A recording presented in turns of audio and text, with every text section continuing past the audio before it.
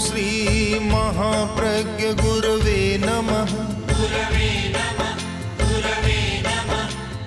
ओम श्री महाप्रज्ञ गुरवे नमः। ओम श्री महाप्रज्ञ गुरवे नमः। ओम श्री महाप्रज्ञ गुरवे नमः। ओम श्री महाप्रज्ञ गुरवे नमः। एक बच्चा ऊधम कर रहा है और उसे टॉफी दो, शांत हो जाए। एक परिवार मेरे पास बैठा था। पूज्य गुरुदेव बालोत्रा चतुर्मास कर रहे थे, उस समय की घटना है। 10-20 भाई बहन बैठे थे। एक बच्चा आया, आकर माँ के सिर पर ऐसे हाथ चोट करने लगा। माँ ने तत्काल टॉफी दी और जाकर बैठ गया, शांत हो गया। थोड़ी देर बाद फिर करने लगा और फिर टॉफी दी, फिर शांत होकर बैठ गया। आधा घंटा में 2-4 बार ऐसा किया, 2-4 टॉफियाँ दे दी। मैंने उस बहन से कहा कि ये तुम क्या करती हो, इतनी टॉफियाँ खिलाती हो, इसका स्वास्थ्य बिगड़ जाएगा, आंतें खराब, दांत खराब हो जाएंगे। तो माँ का उत्तर था कि महाराज काई करा, वो बहुत छड़ो है, यहाँ मानने को नहीं।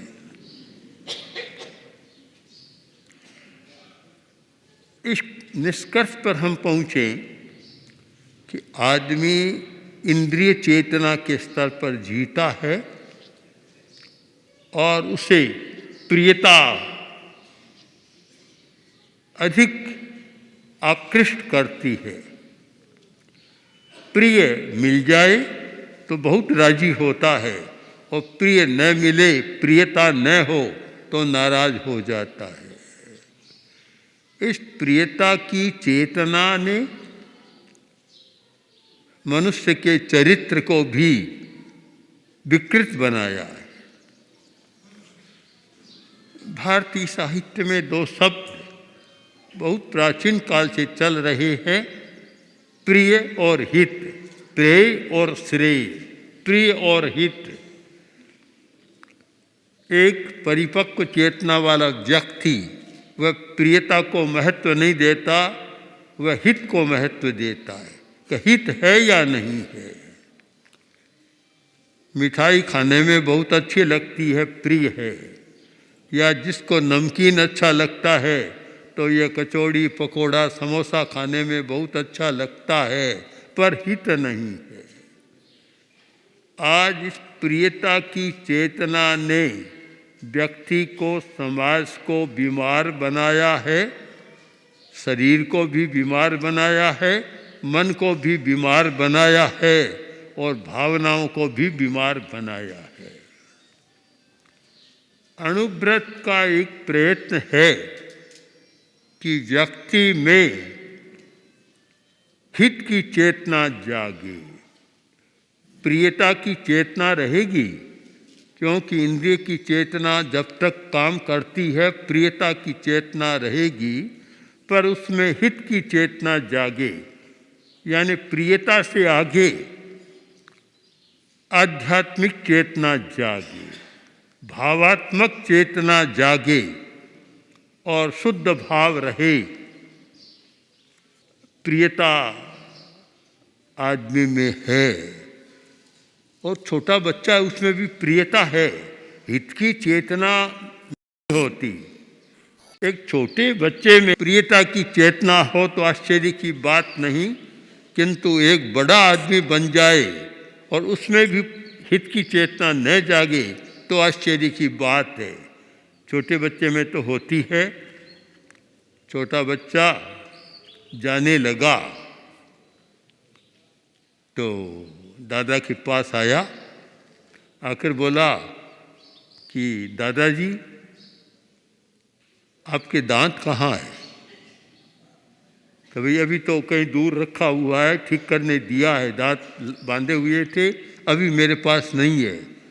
तो ये लो मेरे 10 बादाम है, आप पास में रख लो।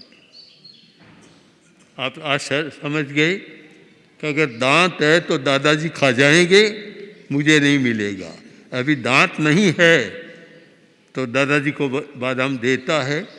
यह प्रियता की चेतना संबंधों में भी अंतर लाती है।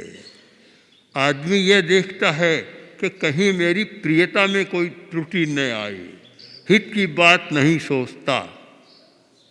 और आज की जो समस्या है वह यह है कि समाज ने, आज की शिक्षा ने, आज के वातावरण ने इंद्रिय चेतना को खुलकर खेलने का अवसर दे रहा है। प्रियता की चेतना को इतना जागृत कर दिया कि जहाँ प्रियता नहीं है वहाँ एक पैर भी आगे सरकना नहीं चाहता।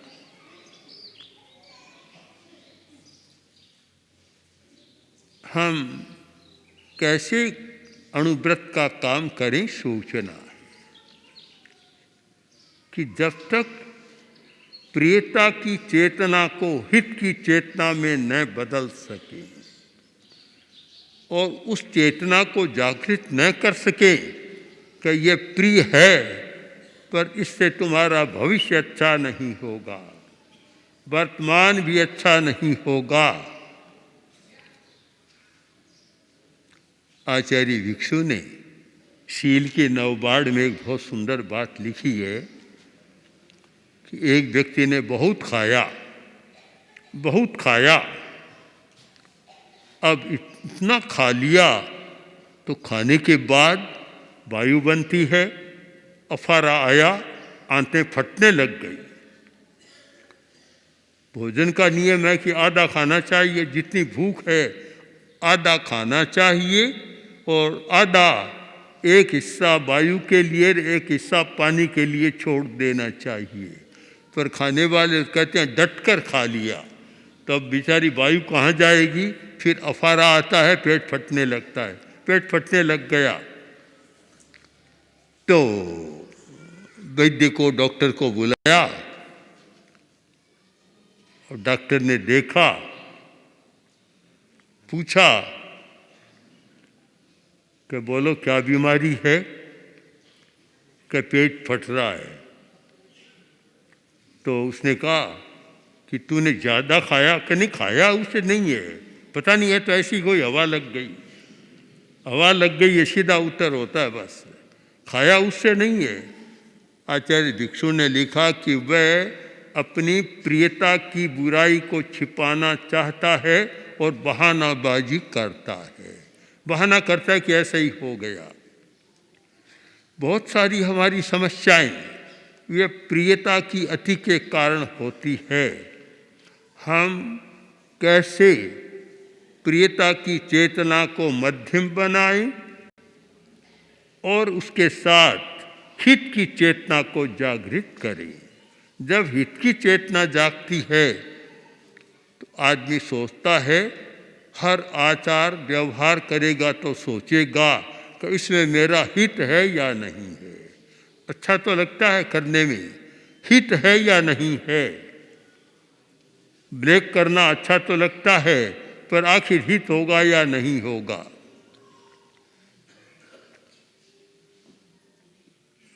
आजकल स्थान स्थान पर रेड पड़ती है और काफ़ी समस्याएं आती है। 150 आदमी एक साथ आकर घर को घेर लेते हैं और एक प्रकार से घर को बंदी बना लेते हैं। अगर यह सोचे पहले ही कि मैं जो आर्थिक घोटाला कर रहा हूँ ये अच्छा तो लग रहा है, पर इसमें मेरा हित है या नहीं है, तो शायद ये स्थिति न बने। जितनी बुराइयां हैं वह शायद इस कारण से हो रही है। हम कैसे हित की चेतना को जगा सकें? आवश्यक है कि वे अणुव्रत के शिविरों की श्रृंखला आयोजित करें। अहिंसा प्रशिक्षण के शिविर लग रहे हैं, प्रशिक्षण हो रहा है। वैसे अणुव्रत के प्रशिक्षण की भी बहुत ज़रूरत है, क्योंकि कोई भी बात केवल एक बार पढ़ने सुनने से नहीं आती। जब प्रशिक्षण होता है तो वह बात हृदयंगम होती है, हृदय में बैठती है। प्रशिक्षण जरूरी है। मैं आपको बता रहा हूं कि आदमी कैसे बदलता है। आदमी बदल सकता है, केवल शब्दों से नहीं बदल सकता, केवल पढ़ने से भी नहीं बदल सकता। हम अभ्यास के द्वारा भीतर की चेतना को जगाएं तो आदमी बदल सकता है।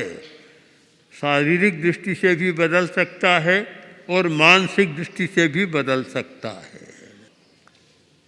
उसने आकर कहा कि यह हमारी पुत्र वधू है, इसकी एक समस्या है कि खाती है तत्काल बमन हो जाती है, टिकता नहीं है। कुछ भी खा ले, चाय पिए तो भी उल्टी हो जाएगी, कुछ टिकता नहीं है। क्या कोई प्रेक्षा ध्यान में इसका उपाय है? मैंने कहा ध्यान के द्वारा अगर कोई अभ्यास करे तो शरीर की स्थिति भी बदल सकती है, शरीर के रसायन भी बदल सकते हैं, भावना भी बदल सकती है और भावना को प्रभावित करने वाले रसायन भी बदल सकते हैं। ऐसे नहीं होगा केवल एक संकल्प किया, वह बहन शिविर में रही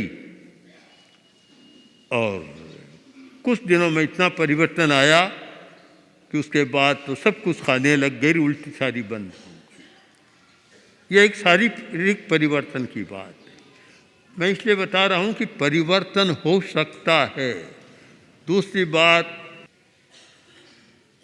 और उन्होंने कहा कि हमारी एक समस्या है। क्या? कि हमारी यह जो बहू है इसको डर बहुत लगता है, जागते में भी डर लगता है, नींद में भी लगता है, अकेली है तो भी लगता है, और 10 आदमियों के बीच बैठी है तो भी लगता है, हमेशा डर लगता है। क्या करें इसका? हमने कहा प्रशिक्षण लो, अभ्यास करो, परिवर्तन हो सकता है। शिविर में रहे, 10 दिन बाद जब जाने लगे तो मैंने पूछा क्या स्थिति है बोलो, तो उसने स्वयं भी कहा, परिवार वालों ने भी कहा कि 80% तो ठीक हो गया, 20% रहा है, थोड़े दिन बाद वह भी ठीक हो जाएगा। वो बिल्कुल ठीक हो गया। पहले कार्यकर्ताओं में भी ये विश्वास होना चाहिए कि आदमी को बदला जा सकता है। यह पहला एक सिद्धांत हमारा होना चाहिए कि आदमी को बदला जा सकता है, किंतु प्रशिक्षण के द्वारा बदला जा सकता है। आज के वैज्ञानिक चूहों को प्रशिक्षित करते हैं, बंदरों को प्रशिक्षित करते हैं और वे अजब काम कर देते हैं।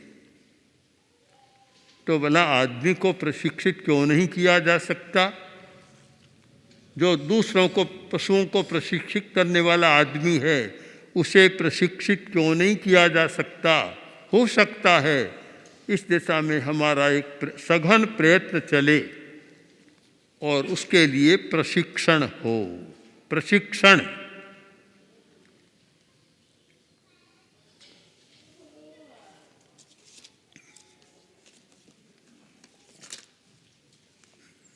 जब 13वीं शताब्दी का अवसर था, गुरुदेव कलकत्ता की यात्रा कर रहे थे और अगले वर्ष राजसमंद में उसका आयोजन था। तो कलकत्ता यात्रा के समय गुरुदेव ने मुझे कहा कि देखो 13वीं शताब्दी आ रही है और आचार्य भिक्षु के बारे में हम कुछ नहीं बता सकें तो कैसे अच्छा होगा, इसलिए उसके बारे में तुम एक पुस्तक लिखो। मैंने एक पुस्तक लिखी, भिक्षु विचार दर्शन। आज भी वह पुस्तक पुरानी नहीं है, संस्करण के बाद संस्करण होते जा रही हैं। और जिसको तेरा पंथ को समझना हो उसके लिए अनिवार्य है भिक्षु विचार दर्शन को पढ़ना। 2-3 वर्ष पहले हम दिल्ली में थे तो मेरे मन में एक विचार आया कि नैतिकता के क्षेत्र में आज जितना कार्य आचार्य तुलसी ने किया शायद किसी ने नहीं किया, ये कहने में कोई अतिशयोक्ति नहीं कर रहा हूँ। और अनैतिकता की बात आ रही है, और ये आया तब कि जन्मदिन था, बधाई देने बहुत लोग आए, राष्ट्रपति भी आए, अब्दुल कलाम। कार्यक्रम संपन्न हुआ और हम भीतर बैठे बात कर रहे थे तो राष्ट्रपति ने कहा, आचार्य जी आज भ्रष्टाचार एडी से चोटी तक, छोटे आदमी से लेकर और जो सिर पर बैठा है वहाँ तक भ्रष्टाचार है, कैसे कम किया जा सकता है, आप सजेस्ट करें। हमारी लंबी चर्चा है, उसमें अभी नहीं जाऊंगा। इन सारी बातों को लेकर और मन में एक विचार उठा कि आचार्य तुलसी ने जो मार्गदर्शन दिया उसे कम से कम समझना तो शुरू करें, और उस विचार को फिर तुलसी विचार दर्शन इस रूप में प्रस्तुत किया गया। तेरा पंथ को समझने के लिए भिक्षु विचार दर्शन और अणुव्रत या नैतिक मूल्यों को समझने के लिए यह तुलसी विचार दर्शन। और मैं कह सकता हूँ कि विश्व में नैतिकता के बारे में अनेक ग्रंथ निकले होंगे, पर इतनी समग्रता का ग्रंथ नैतिकता के बारे में कोई है अभी तक मेरी दृष्टि में तो नहीं आया। आप समग्र दृष्टि से देख सकते हैं कि नैतिकता के बिना कितना नुकसान होता है, समाज कितना नीचे जाता है, कितनी हानियां होती है, इस पूरी बात को आप समझ सकते हैं। तो अपेक्षा है इस बात की, अपेक्षा कि हम इसे समझने का प्रयत्न करें, प्रशिक्षण लें। अगर एक वर्ष में अच्छे 3 शिविर भी होते हैं प्रशिक्षण के, 6 हो तो और अच्छी बात है, 2-2 महीना से एक शिविर अथवा 3-3 महीना से एक हो, और 4 शिविर भी होते हैं और उसमें सैकड़ों लोग भाग लेते हैं, तो वह प्रशिक्षित व्यक्ति अच्छे कार्यकर्ता बनेंगे और कार्य का विस्तार होगा। मैं फिर कहना चाहता हूँ कि केवल सिद्धांत बताने से, समस्या बताने से नहीं होगा। सिर्फ इतना ही कहना चाहूँगा कि आप प्रशिक्षण की योजना को काम में लें। और हमने देखा है कि प्रशिक्षण के द्वारा आदमी कितना बदलता है। मैं दिल्ली में था, गुरुदेव जब लुधियाना चतुर्मास था पहले पधार गए, और दिल्ली में प्रेक्षा ध्यान का एक शिविर था, इसलिए मुझे कुछ रुकना पड़ा। मैं वहाँ दिल्ली में था। आहार के बाद मैं टहल रहा था, इतने में एक भाई आया, आकर वंदना की और चरणों में सिर रख कर रोने लग गया। मैंने कहा अभी क्या बात है, कहाँ से आए हो और क्यों ऐसा करते हो? 1-2 मिनट तो बोल नहीं सका। 1-2 मिनट बाद खड़ा हुआ और बोला कि यह कोई दुख का आंसू नहीं है, हर्ष का आंसू। मैं नहीं समझ सका क्या बात है। मैंने बोला क्या बात क्या है? तो वह बोला कि मेरा दोहिता जो कुल का कलंक था, आज आपने उसको आदमी बना दिया। और जिस व्यक्ति के बारे में उसने कहा, वह जब शिविर में लाडनू में विश्व भारती में शिविर में आया, 2-3 दिन बाद लोगों ने मुझे कहा कि ऐसे व्यक्ति को आपने शिविर में क्यों रखा है, इसमें सब कुछ है, दुनिया की कोई बुराई ऐसी नहीं जो इसमें न हो, इसमें सब कुछ है, इसको आपने क्यों रखा। तो मैंने कहा भाई शिविर सब उन लोगों के लिए भी ज़रूरी है कि जिनमें बुराइयां हैं, बुराइयां छूट सके, इसकी आप चिंता क्यों करते हैं, हम पर छोड़ दें आप। वह व्यक्ति 5-7 दिन में ऐसा बदला, थोड़े समय बाद अच्छा प्रशिक्षक बन गया और बहुत काम करने लग गया, सारा रूपांतरण हो गया। तो हमारा विश्वास होना चाहिए। मेरे सामने सैकड़ों घटनाएं हैं कि किस प्रकार व्यक्ति बदले हैं। सब इस पर ध्यान दें कि जो रास्ता गुरुदेव ने हमें बतलाया और जिसका हमने प्रयोग किया, कि सिद्धांत और प्रयोग दोनों हमारे सामने होने चाहिए। कोरे सिद्धांत से नहीं, प्रयोग साथ में होना चाहिए, तो आदमी को बदला जा सकता है। और केवल शायद कहने से नहीं बदला जा सकता। मैं अपनी बात छोटी सी कहानी के द्वारा संपन्न करूं। सेठ जी का जन्मदिन था, बहुत लोग बधाई देने आए, एक बारठ जी भी आए, पर सेठ जी की बिरदावली गाई। 12 लोग, चारण लोग बहुत अच्छी बिरदावली गाते हैं। सेठ खुश हो गया, बोला 12 जी बहुत अच्छी बिरदावली गाई, कल आना, 1 मन अनाज दूंगा। दूसरे दिन सूरज उगा, 12 जी गए और बोले सेठ जी नमस्कार। सेठ ने ऐसे देखा कि 12 जी कैसे आए हो। सेठ जी भूल गए, कल आपने कहा था कि कल आना, 1 मन अनाज दूंगा। 12 जी बोले लग रहे हो, तूने बोलकर मुझे राजी किया और मैंने बोलकर तुझे राजी कर दिया, लेना देना कुछ नहीं चलेगा। कोरा ये वाणी का व्यवहार है, आदमी को कम बदलता है। 100 में 1, 2, 4 की बात छोड़ दें, कम बदलता है। अब प्रयोग इतना बदलता है कि 2-5 की बात छोड़ दें तो 95 आदमी बदल सकते हैं। इसलिए अणुव्रत को भी अपनी भावी योजना में एक ऐसी प्रशिक्षण की योजना तैयार करें जिससे देश और विदेश में हम नैतिक प्रयोगों के द्वारा नैतिक चेतना को जागृत कर सकें। ओम ओम श्री महाप्रज्ञ गुरवे नमः। ओम श्री महाप्रज्ञ